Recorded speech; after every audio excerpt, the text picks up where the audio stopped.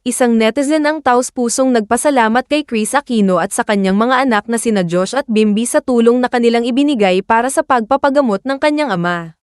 Sa isang Facebook post, ibinahagi ni Karen Tayhan ang kanyang labis na pasasalamat kay Kris, pati na rin sa doktor ng kanyang ama na si Dr. Padlan, matapos silang matulungan sa gitna ng kanilang pagsubok.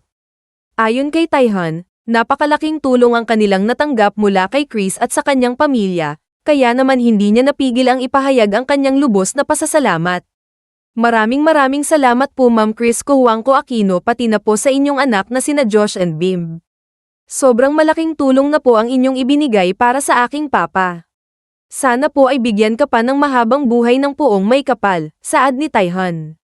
Bukod dito, pinasalamatan din niya si Dr. Padlan sa pagiging bahagi ng gamutan ng kanyang ama, pati na rin ang Diyos sa biyayang kanilang natanggap.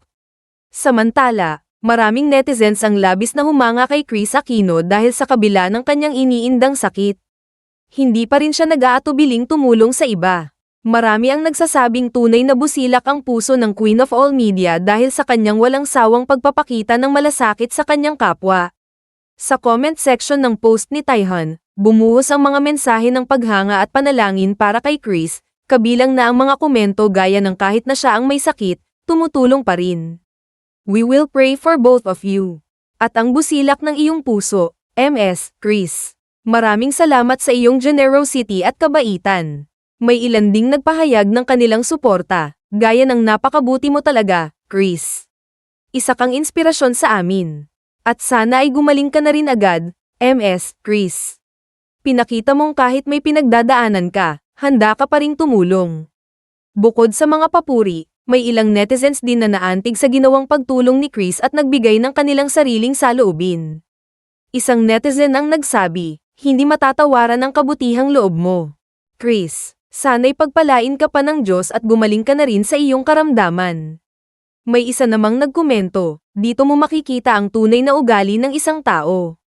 Kahit may pinagdadaanan, inuuna pa rin ang iba. Salamat sa kabutihan mo, MS, Kris. Hindi rin naiwasan ng ilan ang ikumpara si Kris sa ibang personalidad, gaya ng sinabi ng isang netizen, ang iba, puro papansin sa social media, pero si Kris tahimik lang na tumutulong.